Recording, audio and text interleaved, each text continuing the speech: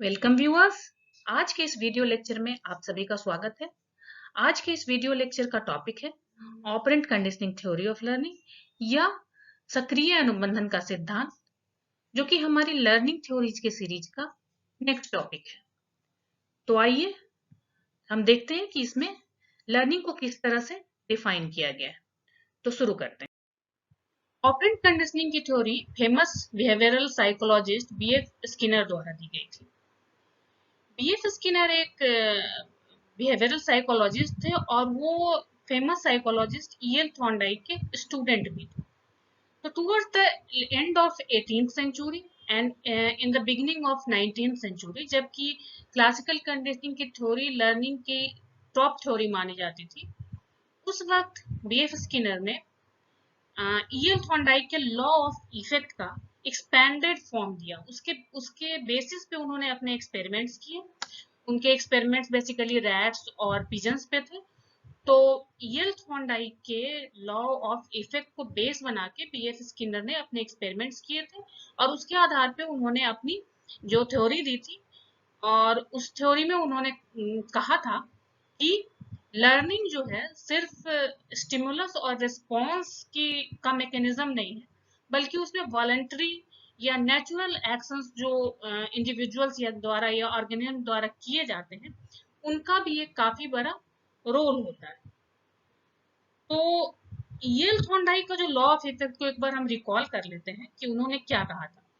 EL Thorndike ने कहा था कि वैसे रिस्पॉन्स जिनका की इफेक्ट, जिनका की परिणाम सेटिस्फाइंग होता है, वो काफी ज्यादा उनकी प्रोबेबिलिटी होती है बार बार होने की, उस रिस्पॉन्स की, कि किसी स्टिमुलस के लिए जब कोई इंडिविजुअल कोई रिस्पॉन्स देता है और उसका जो इफेक्ट सेटिस्फाइंग होता है उस इंडिविजुअल के लिए, तो वो इफेक्ट बार बार उसके बिहेवियर में आता है, रिपीट होता है।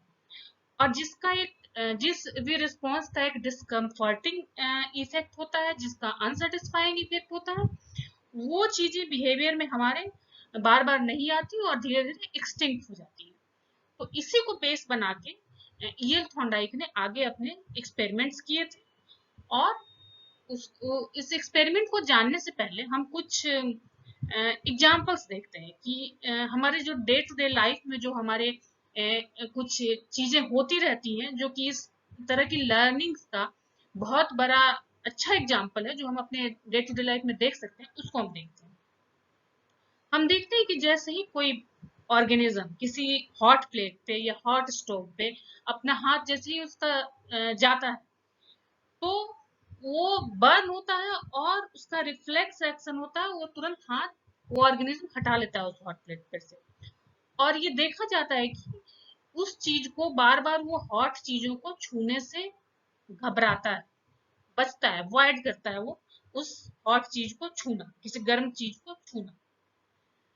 फिर एक दूसरा एग्जाम्पल है कि अगर हम किसी अजनबी से मिलते हैं, उसे देखते हैं और उसे हाय कहते हैं, हेलो कहते हैं, उसको कुछ हम अपना जेस्चर देते हैं कि हम उनसे बातचीत करने में इंटरेस्टेड है, बट अगर वो हमें उसी तरह से एक वेलकम वे में रिस्पॉन्ड नहीं करता, तो फिर जब भी हम उसको देखते हैं अगेन, तो हम उसे फिर हाय नहीं बोलते।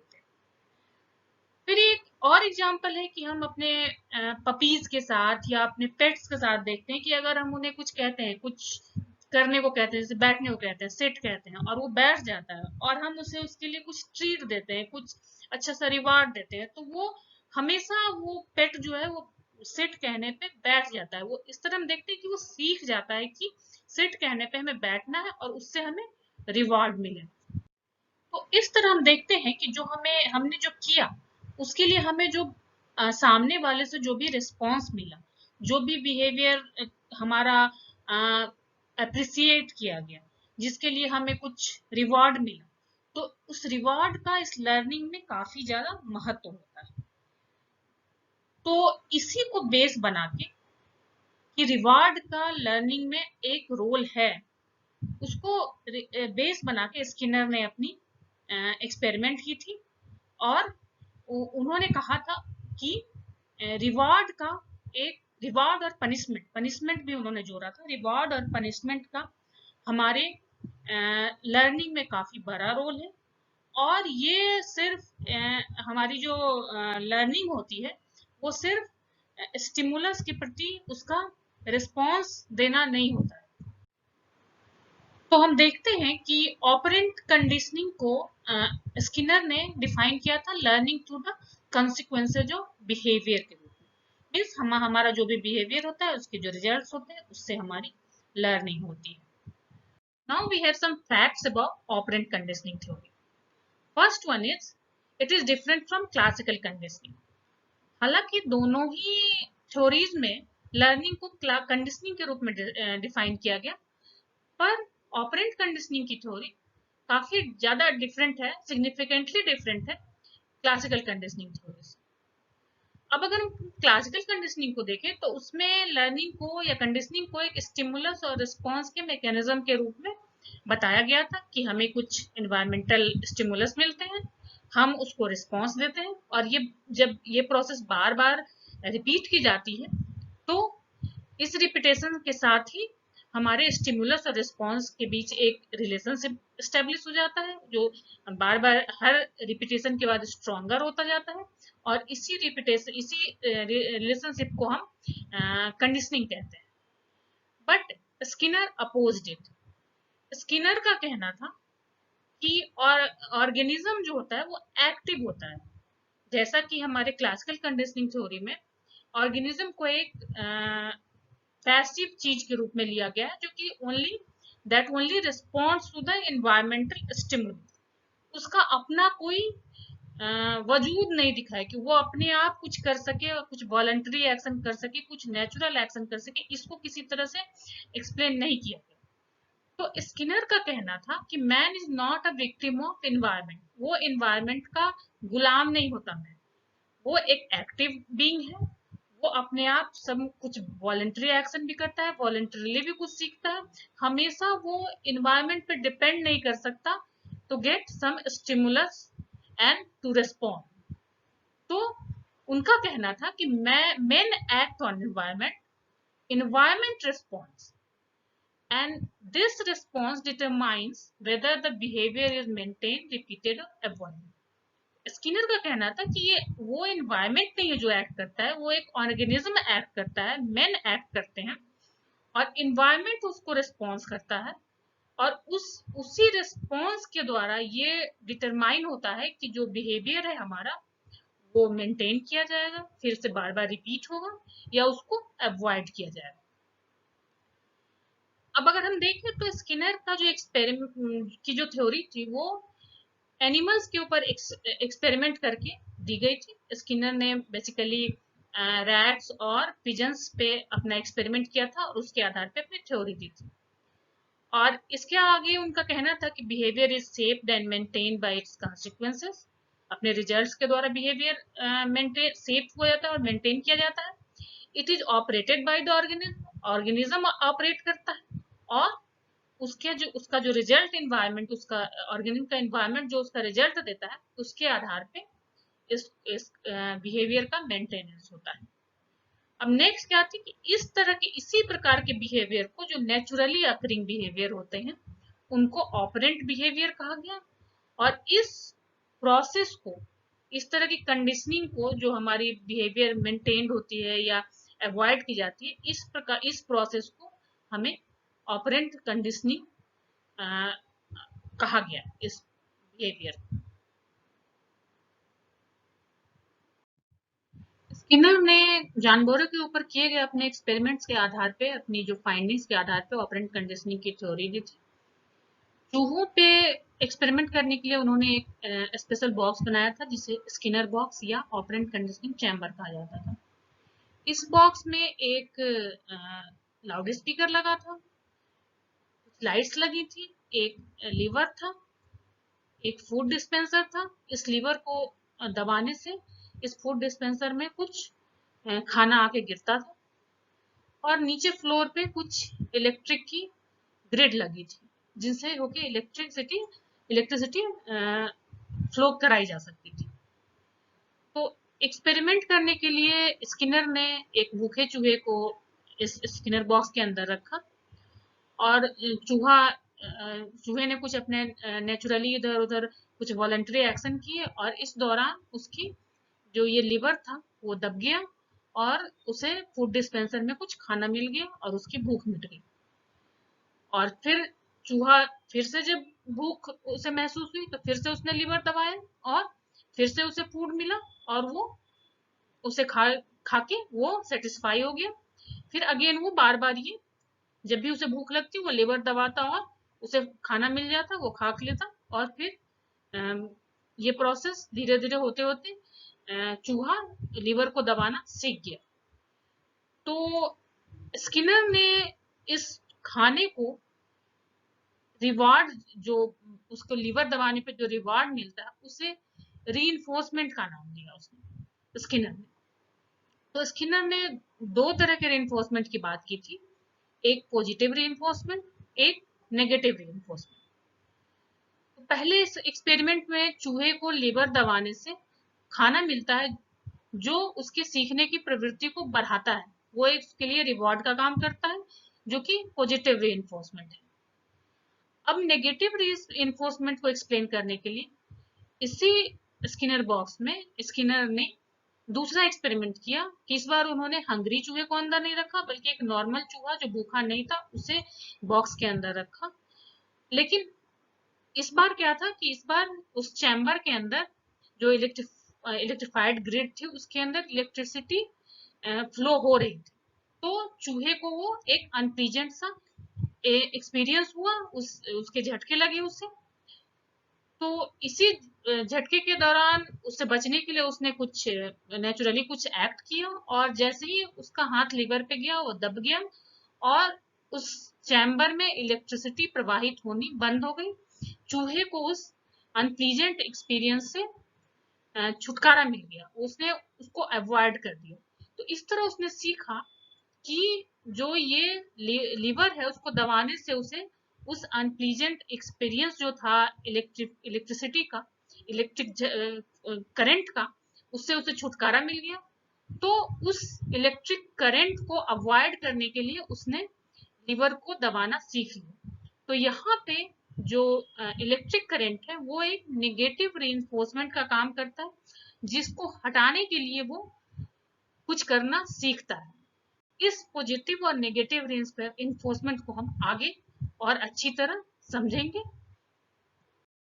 ऑपरेंट कंडीशनिंग थ्योरी के कुछ कीवर्ड्स को देख लेते हैं। First one is operant. Operant क्या है? Operants are the act emitted by some unknown stimuli. ऐसे काम जो इंडिविजुअल नेचुरली करता है जिसके लिए कोई प्रत्यक्ष या एविडेंट स्टिमुली हमें नजर नहीं आता। तो किसी भी ऑर्गेनिज्म द्वारा वॉलंटरीली किए जाने वाले काम ऑपरेंट कहलाते हैं। इसके एग्जाम्पल देखें अगर हमें, तो कोई भी अपने आप किया जाने वाला काम ऑपरेंट कहलाता है, जैसे घूमना, चलना, बोलना, हाथ हिलाना, पैर हिलाना, पलकें झपकाना, दीज आर ऑपरेंट एक्ट्स। दूसरा है operant conditioning. Operant conditioning is the process where a response is made more probable, more frequent, more strong by the use of reinforcement. Reinforcement को हम रिवार्ड भी कह सकते हैं। तो ऑपरेंट कंडीशनिंग एक ऐसा प्रोसेस है जिसके द्वारा इंडिविजुअल या ऑर्गेनिज्म द्वारा किए जाने वाले, नेचुरली किए जाने वाले कामों को बार बार मोर फ्रीक्वेंट बनाया जाता है, बार बार करवाया जाता है उससे, जिससे कि वो काम करना सीख जाए, वो काम उसके हैबिट में आ जाए। तो अपने आप किए जाने वाले कामों या नेचुरली अकरिंग एक्ट्स को हम कुछ रिवॉर्ड देके उसको स्ट्रॉन्ग बनाते हैं, उसको फ्रीक्वेंट बनाते हैं। तो दिस टाइप की कंडीशनिंग जो होती है जिसमें हम रिवॉर्ड के द्वारा किसी भी एक्ट को स्ट्रॉन्ग बनाते हैं, this is called operant conditioning. Third word है reinforcement. Reinforcements are the reward that satisfy our need. तो हमारी कुछ नीड्स होती हैं, तो उसके लिए अगर हम कोई काम करते हैं और उसके लिए हमें कुछ ऐसा रिएक्शन मिलता है, ऐसा रिवॉर्ड मिलता है जो हमारी नीड्स को फुलफिल करे, तो वो चीजें जो है, वो रिएक्शन, वो रिवॉर्ड रीइंफोर्समेंट कहलाती है। जैसे कि किसी बच्चे ने कुछ अच्छा काम किया और उसे अपने पेरेंट्स की या आसपास के लोगों की प्रेज मिल गई, प्रशंसा मिल गई, तो वो जो प्रशंसा होती है वो लोगों का रिएक्शन उसके लिए रिवॉर्ड का काम करता है, रीइंफोर्समेंट का काम करता है, और उसे इंस्पायर करता है कि वो उस काम को बार बार करे।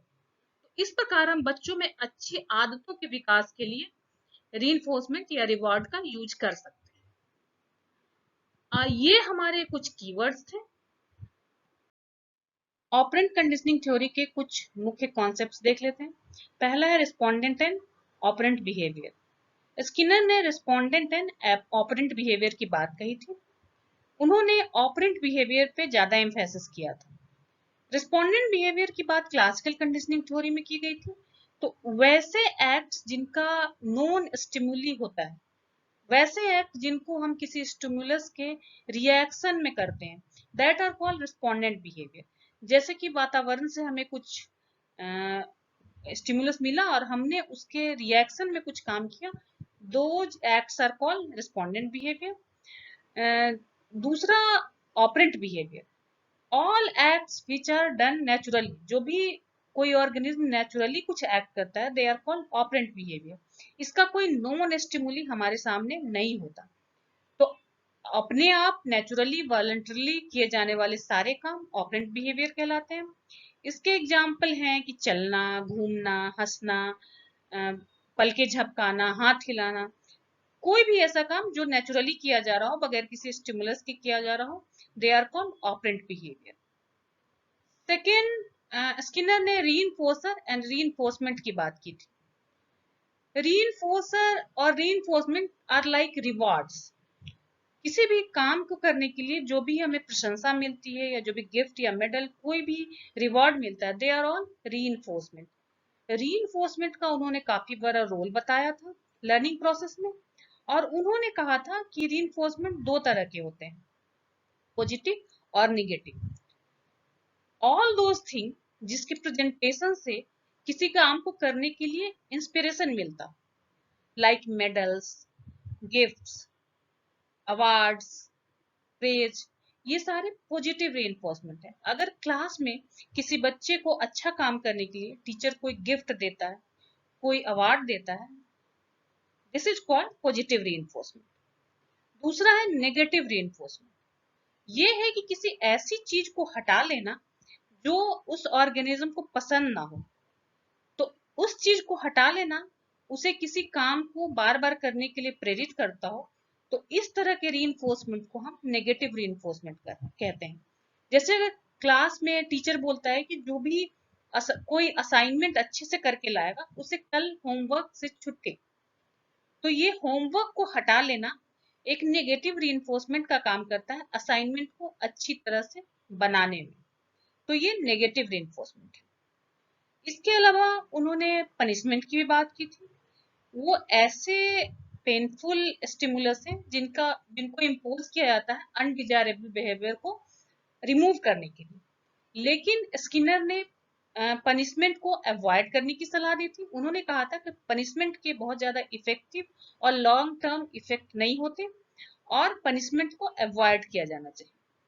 अगर हम रीइंफोर्सर की बात करें तो ये भी दो तरह के होते हैं, प्राइमरी एंड सेकेंडरी।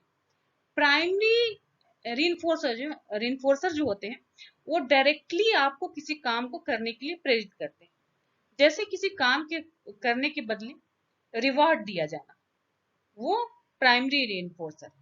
लेकिन ऐसे रीइंफोर्सर जो डायरेक्टली आपको प्रभावित नहीं करते बल्कि प्राइमरी स्टिमुलस से अटैच्ड होते हैं, वे सेकेंडरी स्टिमुलस, सेकेंडरी रीइंफोर्सर कहलाते हैं। जैसे कि पैसा हमारी किसी भी नीड को फुलफिल नहीं करता, लेकिन हमारे जीने के लिए जो भी नीड्स होती हैं उनको एक्वायर करने में वो हमें हेल्पफुल होता है। हमें अपने ऐशो आराम के लिए, हमें अपने कंफर्ट के लिए जितनी भी चीजें चाहिए होती हैं वो पैसे से ही खरीदी जाती हैं, इसलिए पैसा एक सेकेंडरी रीइंफोर्सर है। स्किनर की थ्योरी का नेक्स्ट टर्म है शेपिंग। शेपिंग हम जैसा सभी जानते हैं, शेपिंग का अर्थ होता है आकार देना। तो स्किनर के अनुसार हम किसी बच्चे के बिहेवियर में जो भी अनडिजायरेबल चीजें हैं उसको हटा के उसके बिहेवियर को मोल्ड कर सकते हैं थ्रू सक्सेसिव ट्रायल्स। कि हम सक्सेसिव ट्रायल्स द्वारा ग्रेजुअली बच्चों में से अनवांटेड चीजें रिमूव कर सकते हैं और उन्हें अच्छी चीजें सिखा दे सकते हैं। तो इसके लिए उन्होंने एक टर्म यूज किया था, सक्सेसिव अप्रोक्सीमेशन, कि सक्सेसिव स्टेप्स में किसी काम को ग्रेजुअली धीरे धीरे करना। तो इसके लिए उन्होंने बताया था कि किसी भी कॉम्प्लेक्स बिहेवियर को सीखने में या किसी भी डिफिकल्ट स्किल को सीखने में सक्सेसिव अप्रोक्सीमेशन का काफी यूज है और इसका यूज किया जाना चाहिए। कि हम अगर किसी डिफिकल्ट बिहेवियर को सीख रहे हैं या डिफिकल्ट टास्क को सीख रहे हैं तो उसे छोटे छोटे सिंपल स्टेप्स में तोड़ा जाना चाहिए और हर स्टेप के सक्सेसफुल कंप्लीशन पे प्रॉपर रीइंफोर्समेंट की व्यवस्था होनी चाहिए, तभी हमारा सक्सेसिव अप्रोक्सीमेशन सक्सेसफुल होगा। तो ये स्किनर की थ्योरी का एक काफी महत्वपूर्ण कॉन्सेप्ट था और उन्होंने कहा था कि इसके द्वारा बिहेवियर मॉडिफिकेशन में और बिहेवियर शेपिंग में काफी ज्यादा मदद मिल सकती है। इसके बाद उन्होंने टर्म दिया था चेनिंग। चेनिंग जैसा कि हम सभी जानते हैं, चेन बनाना। तो सक्सेसिव अप्रोक्सीमेशन को यूज करते समय उन्होंने बताया था, एक्सप्लेन करते समय उन्होंने बताया था कि इसे हम एक चेन रिएक्शन की तरह यूज कर सकते हैं कि हर सक्सेसफुल स्टेप पे जो हम रीइंफोर्समेंट दे रहे हैं तो वो रीइंफोर्समेंट ऐसा होना चाहिए कि वो अगले स्टेप के लिए एक कॉज का काम करे, उसे इंस्पायर करे उस ऑर्गेनिज्म को अगला स्टेप क्लियर करने के लिए। अब इसको हम एक एग्जांपल द्वारा समझ सकते हैं कि जैसे हम किसी से मिलते हैं तो उसे हम अपना एक वेलकम जेस्चर देते हैं, हाय बोलते हैं या नमस्ते करते हैं या स्माइल देते हैं। तो ये जो हमारा रिएक्शन है वो कुछ रिवार्ड रीइंफोर्समेंट उसे सामने वाले से जब मिलता है उसी रूप में, वेलकम जेस्चर के रूप में, या तो वो हमें हेलो बोले या नमस्ते करे या स्माइल दे, तो ये जो चीजें होती हैं वो हमारे लिए एक रीइंफोर्समेंट का काम भी करती हैं। आगे के कन्वर्सेशन को चलाने के लिए, आगे कन्वर्सेशन जारी रखने के लिए वो हमारे लिए कॉज का काम भी करती है। तो इस तरह हर स्टेप पे एक रीइंफोर्समेंट मिलता है जो अगले स्टेप के लिए एक कॉज का काम करता है और इस प्रकार हम कई स्टेप्स की चेन बना सकते हैं। तो चेनिंग प्रोसेस का भी उन्होंने एक इंपॉर्टेंस बताया था। नेक्स्ट है डिस्क्रिमिनेशन एंड क्यूइंग। उन्होंने कहा था कि हमारे वातावरण में कुछ ऐसे सिग्नल्स होते हैं, क्यू होते हैं, जो हमें बताते हैं कि हमारी किस एक्ट को रीइंफोर्समेंट मिलेगी या नहीं मिलेगी।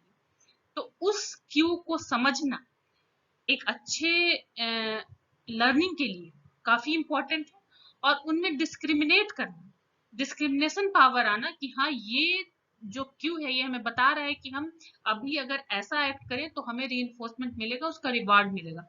इस चीज को डिस्क्रिमिनेट करना भी काफी जरूरी है एक अच्छी लर्निंग के लिए। तो स्किनर ने कहा था कि बच्चों में प्रॉपर डिस्क्रिमिनेशन पावर भी डेवलप किया जाना जरूरी है। नेक्स्ट उन्होंने जनरलाइजेशन की बात की थी कि जनरलाइजेशन क्या है। जनरलाइजेशन है कि दो सिचुएशंस को, सिमिलर सिचुएशन को कंपेयर करना और एक सिचुएशन में सीखी गई चीजों को दूसरे सिमिलर सिचुएशन में यूज करना, ये जनरलाइजेशन। तो जैसे कि अगर हम किसी बच्चे को सिखाते हैं कि 4 आम हैं तुम्हारे पास, 2 किसी ने ले लिए तो तुम्हारे पास 2 बचे। अब ये आमों के साथ सीखा गया ये टास्क वो बच्चा अगर एप्पल्स के साथ यूज कर लेता है या ऑरेंजेज के साथ यूज कर लेता है कि अगर हमारे पास 4 ऑरेंजेज है और उसमें से 2 किसी ने ले लिए या 2 हमने सब्सट्रैक्ट कर दिए, तो हमारे पास कितने बचेंगे। तो ये जनरलाइज करना और एक सिचुएशन में सीखी गई चीजों को दूसरे सिमिलर सिचुएशन में यूज करना बच्चों में सिखाया जाना जरूरी है। और जब बच्चे ये सीख जाते हैं एक सिचुएशन की चीजों को दूसरे में यूज करना, तो उस चीज के लिए हमें, उस लर्निंग के लिए हमें उन्हें प्रॉपर रीइंफोर्स करना चाहिए। ये उनकी लर्निंग पावर को बढ़ाता है, उनकी लर्निंग को बढ़ाता है। लेकिन यहाँ पे टीचर्स और पेरेंट्स का एक महत्वपूर्ण रोल है कि उन्हें बच्चों को प्रॉपर जनरलाइजेशन सिखाना चाहिए। ओवर जनरलाइजेशन नहीं सिखाना चाहिए और उसके लिए उन्हें डीमोटिवेट किया जाना चाहिए। ओवर जनरलाइजेशन के एग्जांपल्स हैं जैसे कि हर 4 पैरों वाले जानवर को गाय कहना, हर लेडी को माँ कहना, ये सब ओवर जनरलाइजेशन है। तो इसके लिए बच्चों को डीमोटिवेट किया जाना चाहिए। यहाँ पे पनिशमेंट और रीइंफोर्समेंट को एक टेबुलर फॉर्म में दिखाया गया है। पहले पॉजिटिव पनिशमेंट की बात कही गई है। इसमें कोई ऐसा स्टिमुलस जिसके प्रेजेंटेशन से अनडिजायरेबल बिहेवियर को एलिमिनेट करने में मदद मिले या उसे उसके होने की संभावना को कम किया जा सके, तो वैसे स्टिमुलस को पॉजिटिव पनिशमेंट कहते हैं। जैसे कि अगर किसी ने कुछ काम नहीं किया या किसी ने कुछ गलत व्यवहार किया तो उसे डांटना, ये पॉजिटिव पनिशमेंट है। दूसरा, negative punishment. Negative punishment means removing something to decrease और एलिमिनेट बिहेवियर। मीन्स किसी चीज को हटा लेना ताकि उस बिहेवियर के ना होने की संभावना बढ़ जाए। जैसे कि अगर किसी बच्चे ने कुछ गलत काम किया तो उस पर फाइन लगाना, उसके या उसके मार्क्स डिडक्ट कर लेना, तो ये जो है ये नेगेटिव पनिशमेंट है। दूसरा है positive reinforcement. Positive reinforcement means presenting some stimulus जो उसको काम करने के लिए इंस्पायर करे, बार बार करने के लिए इंस्पायर करे। जैसे कुछ अच्छा काम करने पे क्लास टीचर ने किसी बच्चे की प्रशंसा की, तो ये पॉजिटिव रीइंफोर्समेंट है। नेक्स्ट है negative reinforcement, removing some stimulus to increase some behaviour. Means कुछ चीज ले लेना जिससे कि उसे उस काम को बार बार करने की प्रेरणा मिले। जैसे अगर टीचर ने क्लासरूम में कहा कि जो भी असाइनमेंट अच्छे से करेगा उसे कल होमवर्क नहीं मिलेगा, तो होमवर्क हटा लेना यहाँ पे नेगेटिव रीइंफोर्समेंट है। ऑपरेंट कंडीशनिंग को एक्सप्लेन करते हुए स्किनर ने शेड्यूल्स ऑफ रीइंफोर्समेंट की बात कही थी। He has an idea that schedule of reinforcement plays a very important role in acquisition of operant behavior or in operant conditioning. तो उन्होंने कहा था कि रीइंफोर्समेंट का शेड्यूल जो है वो प्लान होना चाहिए ताकि हमें इसका मैक्सिमम बेनिफिट मिल सके। उन्होंने 4 तरह के शेड्यूल की बात की थी, तो आइए देखते हैं। पहला था कंटिन्यूअस रीइंफोर्समेंट सीरीज। इसमें ऑर्गेनिज्म को हर करेक्ट रिस्पॉन्स के लिए रीइंफोर्समेंट दिया जाता है। जैसे कि इसका एग्जाम्पल है कि क्लास में टीचर द्वारा बच्चे को हर करेक्ट आंसर के लिए शाबाशी देना।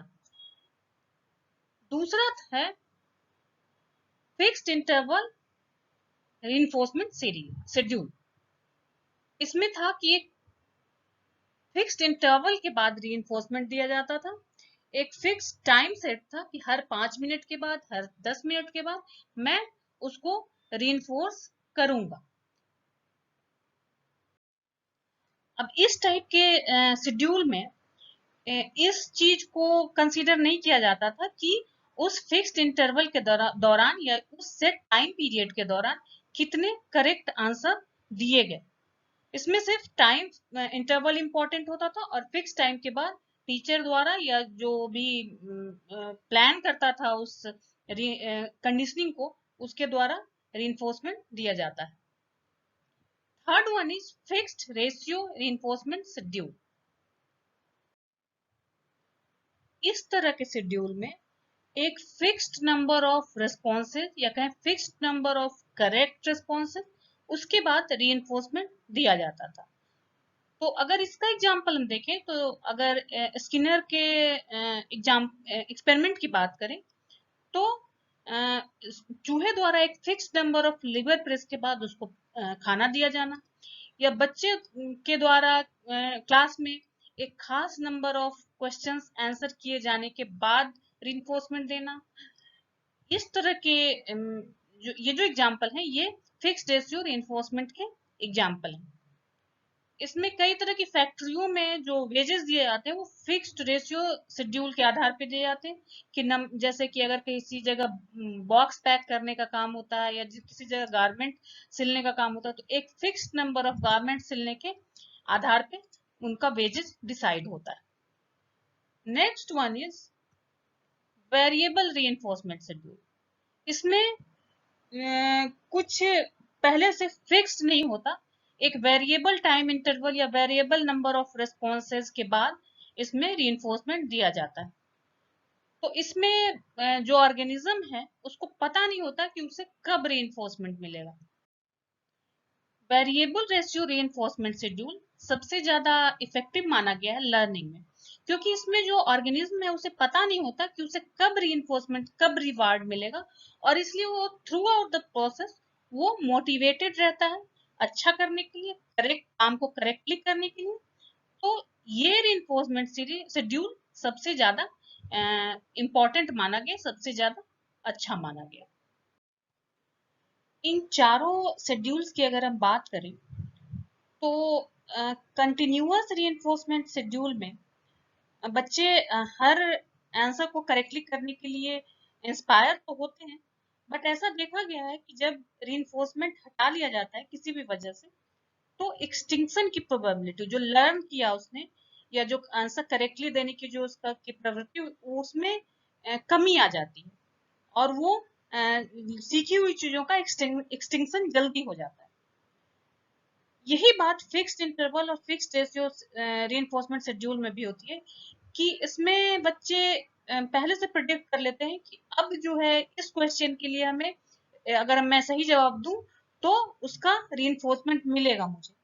तो वो इस प्रिडिक्शन के सहारे सिर्फ उसी क्वेश्चन को करेक्टली अटेम्प्ट करने की कोशिश करते हैं जिनके लिए उन्हें रीइंफोर्समेंट मिलने की संभावना होती है। तो इस हिसाब से वेरिएबल रेशियो रीइंफोर्समेंट शेड्यूल को सबसे अच्छा माना गया, क्योंकि इसमें बच्चे को पता नहीं होता कि उसे कब रीइंफोर्समेंट मिलेगा, और इसलिए वो पूरे टाइम एक्टिव रहता है चीजों को सही ढंग से करने के लिए। स्किनर के अनुसार मैक्सिमम लर्निंग के लिए हमें कंटिन्यूअस रीइंफोर्समेंट शेड्यूल से स्टार्ट करना चाहिए लर्निंग प्रोसेस को, और धीरे धीरे उसको फिक्स्ड इंटरवल, फिक्स्ड रेशियो और lastly variable ratio reinforcement schedule में कन्वर्ट करना चाहिए, और इस प्रकार लर्निंग को मैक्सिमम बेनिफिशियल बनाया जाना चाहिए। ऑपरेंट कंडीशनिंग को समझने के बाद अब हम इसका एक कंपैरेटिव एनालिसिस देख लेते हैं क्लासिकल कंडीशनिंग के साथ। Classical conditioning S type conditioning कही जाती है, क्योंकि इसमें स्टिमुलस को इंपॉर्टेंट माना गया है डिजायर्ड बिहेवियर के एलिसिटेशन में। बट ऑपरेंट कंडीशनिंग को आर टाइप कंडीशनिंग कहा गया है, क्योंकि इसमें रिस्पॉन्स इंपॉर्टेंट होता है, जो ऑर्गेनिज्म रिस्पॉन्स देता है उसके रिवॉर्ड के आधार पे ही लर्निंग स्ट्रांग होती है। दूसरा है कि क्लासिकल कंडीशनिंग रिस्पोंडेंट बिहेवियर की बात करता है, वैसे बिहेवियर जो किसी स्टिमुली के अगेंस्ट किए जाते हैं, कि किसी स्टिमुली के प्रेजेंट होने के बाद उसके रिएक्शन में जो भी हमारे एक्ट होते हैं वे रिस्पोंडेंट बिहेवियर कहे जाते हैं। जबकि ऑपरेंट कंडीशनिंग ऑपरेंट बिहेवियर की बात करता है, वैसे बिहेवियर जो नेचुरली एक्ट होते हैं, जिसमें स्टिमुलस इंपॉर्टेंट नहीं होता, कोई स्टिमुलस प्रेजेंट नहीं होता। तीसरा है कि क्लासिकल कंडीशनिंग जो है वो इन्वायरमेंटल स्टिमुली के होने के साथ ही जो लर्निंग प्रोसेस है वो स्टार्ट होता है, जबकि ऑपरेंट कंडीशनिंग में इंडिविजुअल के द्वारा नॉर्मली या वॉलंटरली कोई एक्ट करने के साथ लर्निंग की शुरुआत होती है। चौथा है कि जो क्लासिकल कंडीशनिंग है ये स्टिमुलस और रिस्पॉन्स का मैकेनिज्म है, और बार बार इस स्टिमुलस रिस्पॉन्स के मैकेनिज्म के रिपीटेशन के द्वारा लर्निंग प्रोसेस को स्ट्रांग बनाया जाता है। जबकि ऑपरेंट कंडीशनिंग में जो इंडिविजुअल वॉलंटरली एक्ट करता है उसके लिए जो उसे रिवॉर्ड मिलता है उसको लर्निंग प्रोसेस में इंपॉर्टेंट माना गया है। एजुकेशन में ऑपरेंट कंडीशनिंग थ्योरी को काफी इंपॉर्टेंट थ्योरी माना गया है, और इसके कई एजुकेशनल इम्प्लीकेशंस या शैक्षिक महत्व है। तो पहला है role of successive approximation in learning. Operant conditioning को एक्सप्लेन करते समय स्किनर ने सक्सेसिव अप्रोक्सीमेशन की बात कही थी। उन्होंने कहा था कि कई बार डिफिकल्ट स्किल या कॉम्प्लेक्स बिहेवियर को सिखाने में दिक्कत आती है, तो इसके लिए सक्सेसिव अप्रोक्सीमेशन का सहारा लेना चाहिए। Successive approximation is to learn difficult task in gradual successive steps. तो उनके अनुसार डिफिकल्ट टास्क को छोटे स्टेप्स में बांट के सिखाया जाना चाहिए, और हर स्टेप पे प्रॉपर रीइंफोर्समेंट की व्यवस्था होनी चाहिए।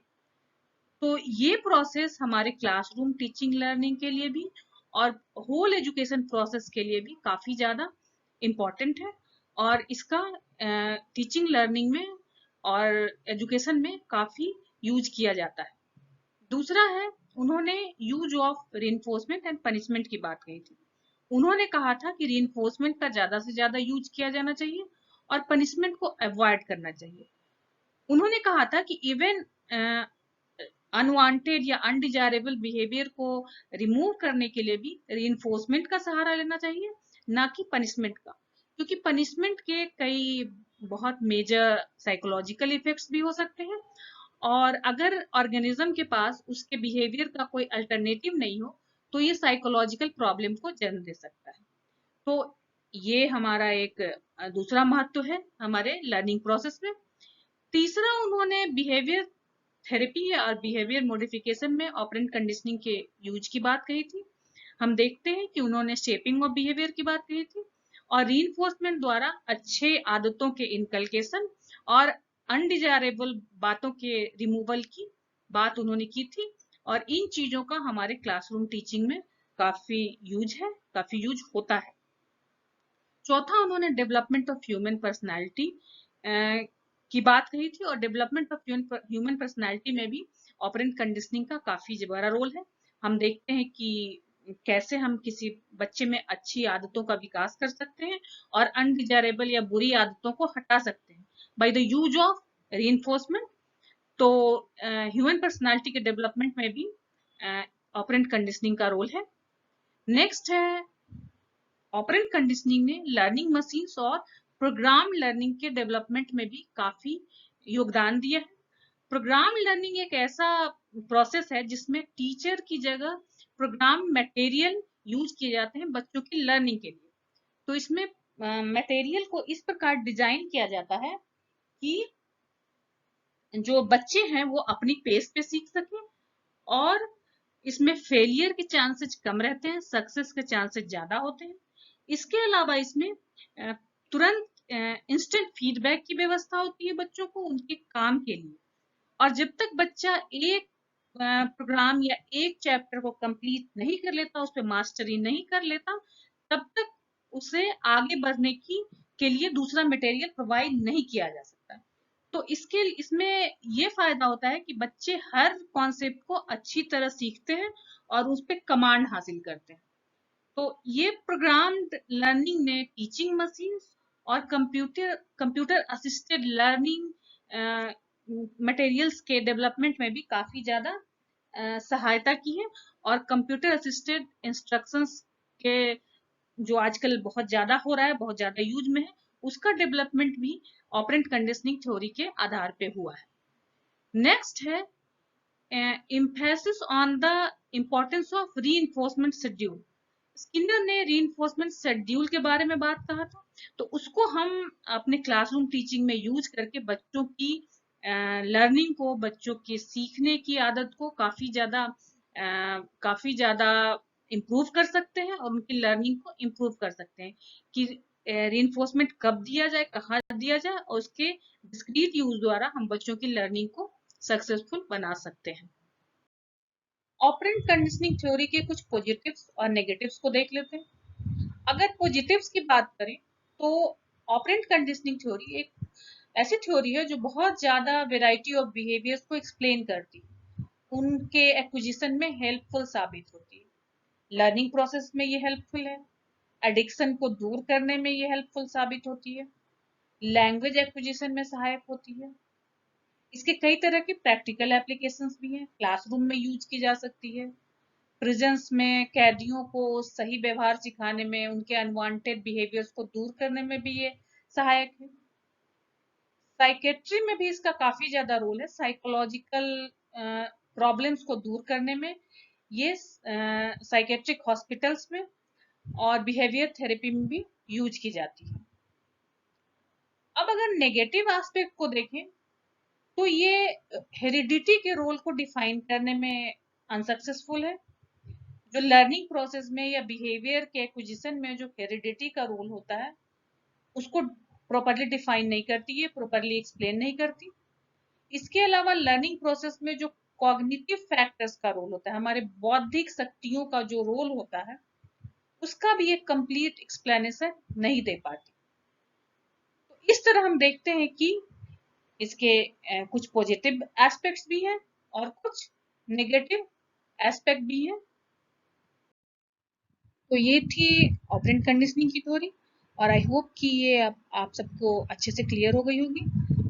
तो अगर ये अच्छे से आपको क्लियर हो गई हो तो प्लीज़ इसे लाइक करें और सब्सक्राइब करें, और साथ में बेल आइकन का बटन दबाएं ताकि मेरी जब भी कोई नई वीडियो आए तो उसका नोटिफिकेशन आपके इनबॉक्स में जाए। Thank you.